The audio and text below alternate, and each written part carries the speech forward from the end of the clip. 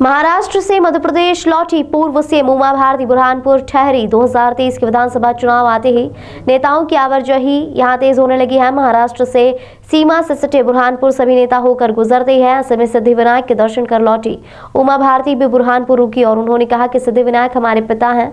उनसे यह भी कामना है कि मेरे जीवन का हर क्षण सार्थक हो।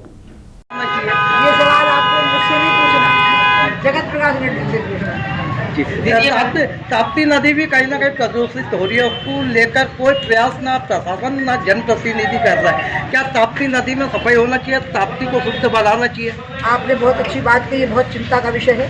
तपस्या से बनी हुई नदी है वो, और मैंने ताप्ती के रिचार्ज का पूरा प्रोग्राम बनाया था। वो प्रोग्राम धीरे धीरे आपको पता होगा, मैं वो देवेंद्र फडणवीस पूरे ताप्ती के रिचार्ज के लिए उड़े थे ऊपर से, अर्चना के कहने पर, अर्चना सिटीज के कहने पर। और निश्चित रूप से बहुत चिंता का विषय है, दुखद विषय है, और मैं इस बात के बारे में जरूर बात करूंगी कि ताप्ती नदी को यहाँ जो प्रारंभ ही उनका यहीं से है, उसको बिल्कुल साफ सुथरा और स्वच्छ होना चाहिए। जी, जिस तरह से केंद्र सरकार, झारखंड सरकार ने जैन समाज के धर्मस्थल को पर्यटन स्थल घोषित कर दिया है, तो इस पक्ष में आपका क्या है? मुझे कहीं लग रहा है संवादहीनता की कमी है, क्योंकि संवेद शिखर जी सामान्य स्थान नहीं है, वो पर्यटन स्थल नहीं हो सकता, वो तीर्थ स्थल ही हो सकता है, क्योंकि वहाँ पर सारे संसार के जो विभिन्न उनमें जो तीर्थंकर हुए हैं, उनके जो अनुयायी हैं, वो वहाँ मत्था टेकने जाते हैं, और पर्यटन स्थल हो जाने से उनको बहुत कठिनाइयाँ आ जाएंगी। मुझे मोदी जी की सरकार ऐसा कभी नहीं कर सकती कि किसी की भावनाओं को चोट पहुँचाए।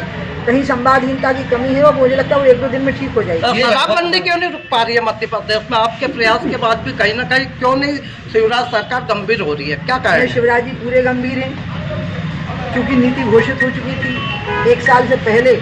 उस नीति में परिवर्तन करने से कोर्ट में गए शराब के दुकानदार और स्टे लेके आ गए। इसलिए उनको मिलना जायज़ था, क्योंकि वो सरकार की नीति के अनुसार उन्हें अहाते खोले थे, दुकानें खोली थी, और इसलिए ये तय हुआ कि अगली नीति जो अभी बन जाएगी जनवरी तक और मार्च में घोषित हो जाएगी और लागू हो जाएगी, वो बिल्कुल वैसी ही बनेगी जो जनहित में होगी।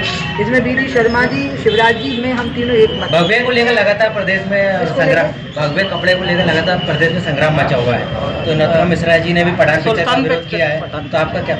अगर ये फिल्म थिएटर में रिलीज होने वाली है तो इसको सेंसर बोर्ड काट देगा, निकाल देना चाहिए उनके इस गाने को।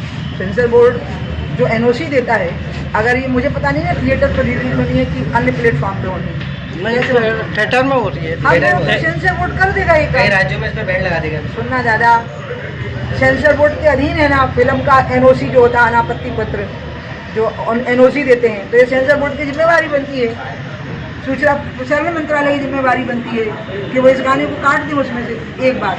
दूसरा, फिल्म निर्माता और फिल्म के हीरो, डायरेक्टर, सबको ध्यान रखना चाहिए कि आप किसी की भावनाओं को आहत करते हो कोई फिल्म नहीं बना सकते। लेकिन सबसे बड़ी बात है कि अगर भावनाओं को आहत करके बनाएगा तो उसका सबसे बड़ा पनिशमेंट ये है कि आप उस गाने को उसमें से निकाल सकते हो। सेंसर बोर्ड के जरिए निकाल देना चाहिए। दीदी, सिद्धिविनायक के दर्शन की क्या मनोकामना की आपने मुंबई में?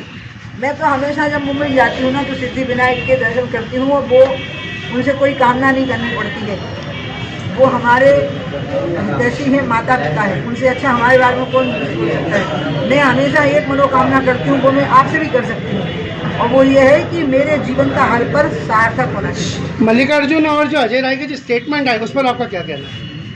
एक मल्लिकार्जुन खड़गे बहुत पुराने व्यक्ति हैं, संस्कारवान और सुसंस्कृत, उनको असंख्य भाषा का प्रयोग नहीं करना चाहिए, बल्कि उनको कांग्रेस को सिखाना चाहिए कि एक संस्कारशील भाषा का प्रयोग कैसा होता है। मनोज मुंतशिर ने कहा है कि जो विदेशी माता है उनसे जो बेटा पैदा हो वो राष्ट्रभक्त हो ही नहीं सकता, इस पर आपका क्या कहना है? मैं मनोज मुंतशिर को जानती हूँ, कौन है पहले बताओ तो कौन है? हिंदी गीतकार है और बीजेपी उसका समर्थन करी उनके साथ, और उन्होंने चाणक्य के लिए बीजेपी को समर्थन करने की जरूरत नहीं है, क्योंकि मैं तो 2003 में ही बोली थी कि जो भारत की धरती पर पैदा नहीं हुआ वो भारत में प्रधानमंत्री नहीं बन सकता। दीदी, भारत जोड़ो